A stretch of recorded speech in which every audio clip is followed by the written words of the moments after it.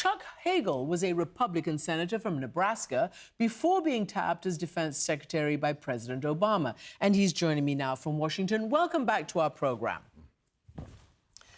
So, thank you, Christina. Defense secretary and also still a Republican. We'll get into what kind of Republican in a moment. But do you agree with Senator Bennet, Democrat from Colorado? This is unacceptable. This is a whole load of other words that he used there. What's your reaction? Well, I think Senator Bennett's comments were appropriate. My reaction is it's amazement, astounding. Is this gross incompetence? Is it recklessness? Is it both? It's certainly confusion.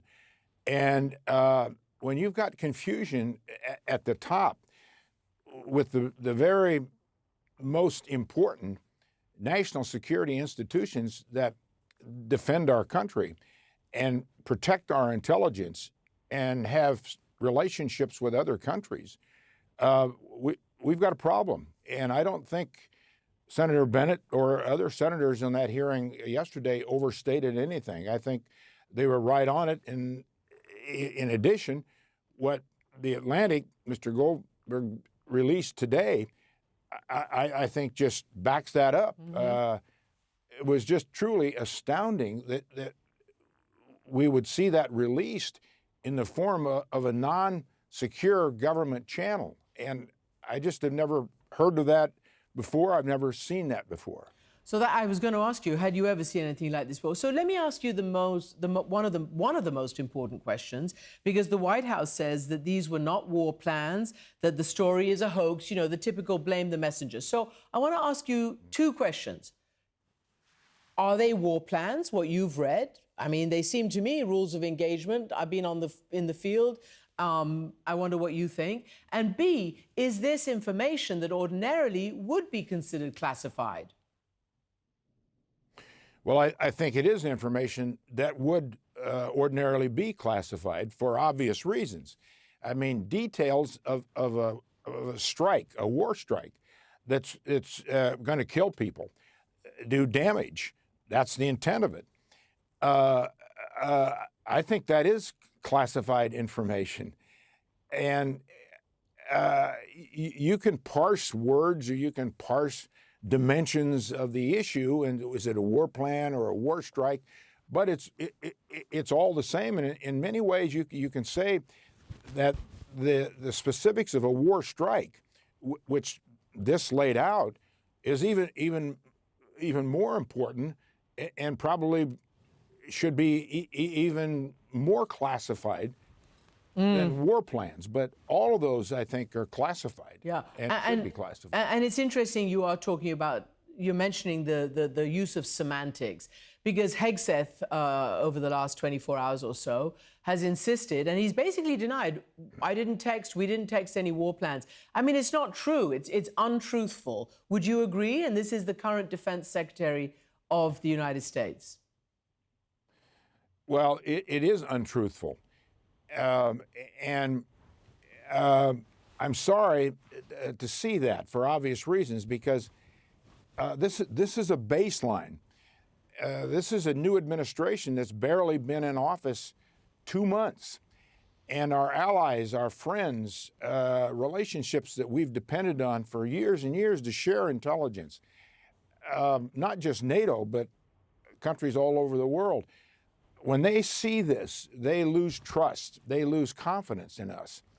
And I hear from ambassadors all the time. What are we going to do? What should we do? What are our alternatives if America is doing this? And then they see this kind of incompetency that's public and reflected and pretty clear. That just goes deeper into their mistrust and lack of confidence in us, and there are consequences for that. And there'll be significant consequences for that. What kind of consequences? I just want to, follow your lead for a moment, because not only were these war plans, attack plans, strike plans, used over this commercial satellite, in, violation of protocol, and I'll get to that again in a second. But they said the most awful things about European allies. I mean, it was like a kid's coffee klatch. Oh, the Europeans are pathetic. Oh, let's figure out how we can do this and make the Europeans pay. Oh, I'm fed up with bailing out the Europeans. I mean, what is it with them in Europe? Well, I don't know. Answer your question, what is it with them in Europe? But I think it reflects what the president has said. President Trump has said that the Europeans and NATO allies are freeloaders, and they've taken advantage of America since World War II. And to say those things, and again, in open channels, really, just reflects where the president and I think this administration are. But back to my point about consequences and how dangerous things like this are. The post-World War II world order, with all its problems, with all its flaws, has worked out pretty well. And we led that world order based on the rule of law and freedom of navigation, a free trade. Everybody has opportunities. There's been no World War III. There's been no nuclear exchange. More people free and prosperous today than ever before.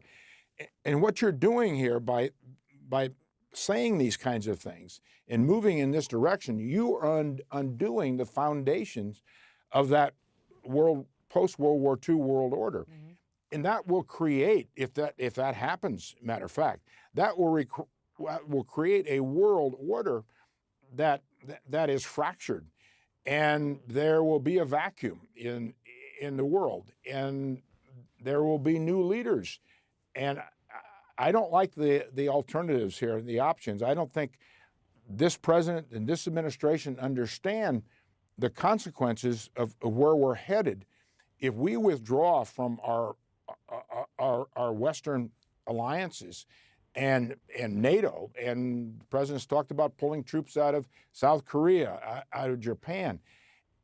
It's because of our relationships that we've been able to project power around the world, and because we've been successful. Yes, we've had problems. Yes, we have issues. We still do. But you need to manage those. You need to get better, and we will. But this is not the way to go. So when I say consequences, Christiana, this is what I mean. I mean, long-term consequences. You always ask the question, what happens next? Where are we going? How does this end? Those are the relevant questions, and we're not asking those. I just want to quickly go back to when you were Defense Secretary. How would a battle plan have been discussed with the principals? What is the operational, efforts, or rather the operational, security that needs to be in place for that? Well, we would discuss it within the Pentagon in secure surroundings, in secure rooms. We wouldn't text each other or go on the internet and discuss it with 15 people. We would have secure rooms in the Pentagon. That would be the Pentagon piece of it. But when you would branch that out, which you always have to with the president, National Security Advisor, State Department, Attorney General, it'd be in the Situation Room in the White House. That's where those discussions took place, in the top secret Situation Room in the White House. I don't ever recall using any kind of a vehicle outside of secure government networks to discuss any of this.